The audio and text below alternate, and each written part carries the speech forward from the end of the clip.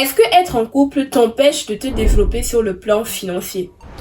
En d'autres termes, est-ce que les relations amoureuses sont un frein pour atteindre son indépendance financière? C'est la question qui m'est venue lorsque j'ai discuté avec un ami et du coup je me suis dit, ah tiens, ce serait intéressant d'en discuter avec vous, de connaître un peu ce que vous pensez de ce sujet, mais aussi de vous partager mon point de vue sur la question.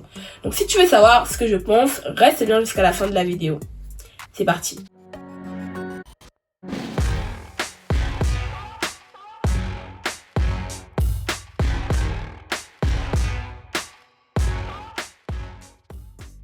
Bon, en gros, lorsque je discutais avec un ami, du coup, on se posait donc les questions globalement sur l'impact que peut avoir la personne avec qui on est en couple sur ses réflexions sur les investissements, voilà, sur ses réflexions sur le plan financier.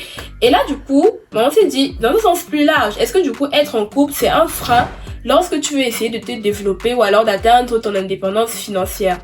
Là, je me suis dit, c'est une vraie question en fait, surtout pour nous qui sommes jeunes. Je pense même vous qui me suivez, beaucoup sont dans la tranche de 20-30 ans. Globalement, je pense que c'est important de se poser un peu la question et de voir à quel point ça influence notre développement sur le plan financier. D'ailleurs, avant que je donne mon avis, dites-moi déjà dans les commentaires si pour vous c'est un oui ou non, le couple c'est bien et bien un frein ou pas lorsqu'on veut se développer sur le plan financier, lorsqu'on veut atteindre ses objectifs financiers ou atteindre sa liberté financière. Dites-moi dans les commentaires, on en discute, on débat, je suis ouverte à toute discussion. Bon, maintenant je pense que s'il y a une chose qui est indéniable, c'est que le couple a effectivement un impact sur tes objectifs sur le plan financier. Ça peut être soit un catalyseur, donc quelque chose qui va te pousser, te motiver, te propulser dans tes réflexions sur le plan financier, mais ça peut aussi être facilement quelque chose qui va te plomber, peu importe tout ce que tu voudras faire. Donc je pense qu'il n'y a pas vraiment de bonne réponse, mais en fait tout dépend justement du partenaire ou de la personne avec qui on est en couple. Tout dépend justement de la façon dont vous gérez votre couple, de la façon dont vous gérez vos finances dans le couple, des priorités du coup que vous définissez dans le couple et des valeurs financières de chaque partenaire, parce que justement il faut savoir que l'argent c'est quelque chose d'assez subjectif. Chacun a un peu sa manière de voir l'argent, et si ces deux manières, si les deux partenaires ont des façons de voir l'argent totalement opposées, généralement il y aura un qui va tirer l'autre dans son sens. Déjà que l'argent c'est l'une des principales causes de séparation des couples dehors, parce que déjà si vous n'êtes pas aligné au niveau de vos valeurs financières, au niveau de vos priorités, généralement ça casse tout. La façon dont vous gérez votre argent traduira un peu la santé de votre couple. Donc en fait je pense qu'il y a beaucoup de red flags auxquels déjà il faut faire attention. Si vous avez des valeurs financières différentes, donc si tu as quelqu'un qui est beaucoup plus attaché à l'argent et d'autres qui voient ça comme quelque chose de futile, de volatile, je pense que pour que le couple soit un accélérateur, il faut que tu aies globalement la même vision et que tu sois aligné avec la personne, que ce soit sur la façon dont vous gérez l'argent, que ce soit sur la vision globale de la vie. Je pense que les deux sont intimement liés, parce que si vous deux vous pensez totalement contraire, alors je dis pas forcément de penser de la même manière, mais ce que je veux dire c'est que globalement les priorités soient les mêmes et que les valeurs financières également soient les mêmes. Là, à ce moment-là, vous pourriez plus facilement mettre en place des actions ensemble pour atteindre des objectifs financiers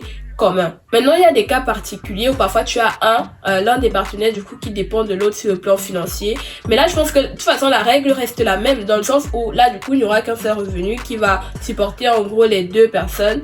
Mais si les deux justement sont alignés sur ce qu'il faut faire pour que le couple aille mieux sur le plan financier, sur quelles sont nos priorités, sur les valeurs que l'on donne à l'argent, globalement, les actions que les deux vont mettre en place seront pour comment on peut faire pour mieux gérer notre argent, comment on peut faire pour mieux le faire fructifier, comment on peut faire pour faire en sorte qu'il suffise pour tous nos besoins. Bref, globalement, ce sont des discussions ou alors des questions que vous pouvez vous poser ensemble pour répondre à vos questions d'argent. Mais si déjà il n'y a pas cet élan de vision commune, d'être aligné en gros sur vos objectifs financiers, généralement ça va pas, il y aura toujours un couac à un niveau, ça va toujours aller dans deux sens différents.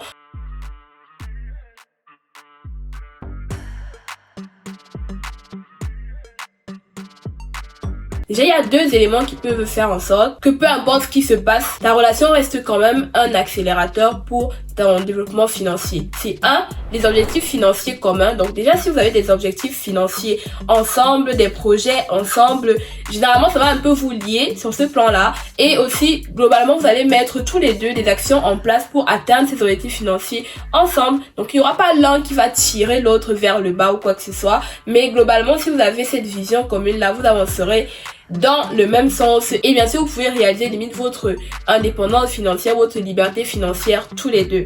2. Le deuxième élément qui, je pense, aidera beaucoup au fait que le couple soit plutôt un accélérateur, c'est les priorités. En fait, il faut que vous ayez des priorités, en tout cas les priorités du couple, que ce soit des priorités communes sur lesquelles vous vous êtes mis d'accord. Parce que ça juge en gros, ça va permettre justement même que lorsque une personne ou l'autre veut mettre en place des actions, au moins on s'assure que déjà on prend en compte les priorités du couple avant de faire quoi que ce soit. Généralement, si vous n'êtes pas aligné sur ce qui est prioritaire ou pas pour votre couple, forcément tu t'attendras à ce que l'autre personne fasse quelque chose pour cette priorité-là. Alors que pour l'autre partenaire, ce n'est pas urgent, ce n'est pas important, non, il ne voit pas pourquoi il va mettre en place des actions pour ce que toi tu considères comme une priorité. Donc c'est hyper important, si vos deux priorités ne sont pas les mêmes, les actions sur le plan financier aussi ne seront pas les mêmes et forcément ça créera des frustrations, des conflits et généralement ce n'est en aucun cas productif quand tu veux réaliser des actions de manière générale, que ce soit dans la vie de tous les jours ou même que ça concerne tes finances ou pas. Donc, généralement, chacun a un peu sa culture, son rapport avec l'argent parce que c'est assez subjectif. Mais du coup, si tu as ces deux éléments-là qui sont mis en place, c'est-à-dire objectifs financiers communs et les priorités communes qui sont bien définies, mais peu importe, entre guillemets, les antécédents ou le passé de l'autre avec l'argent, si vous vous engagez en gros sur les objectifs que vous avez définis, là, ce sera plus fluide, en tout cas pour chacun d'entre vous d'atteindre les objectifs que vous étiez fixés. Donc dans l'ensemble, je pense que ça peut plutôt être un accélérateur, vraiment les relations. Quand tu es avec la bonne personne, quand vous comprenez, ça peut être encore plus intéressant parce que si tous les deux vous mettez la main à la pâte en gros sur le plan des finances, bah ça peut entre guillemets permettre de partager les charges et donc de diminuer les coûts dans les poches de chacun des partenaires.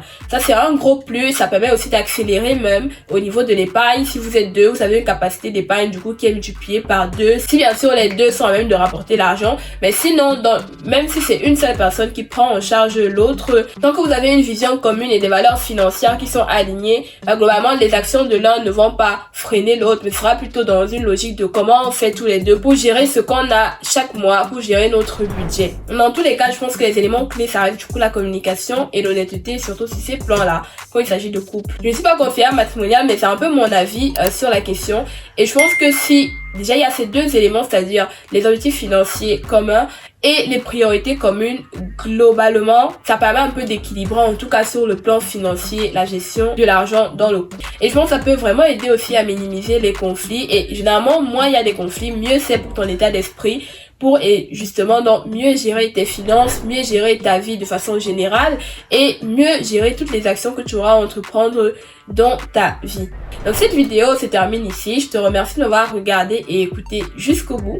Si tu es intéressé par d'autres vidéos comme celle-ci sur les finances personnelles, je t'invite à t'abonner, abonne-toi, like, mais surtout partage au maximum pour que la communauté s'agrandisse. On se dit donc à très bientôt pour une nouvelle vidéo. D'ici là, prenez soin de vous, mais aussi prenez soin de votre portefeuille. Bye!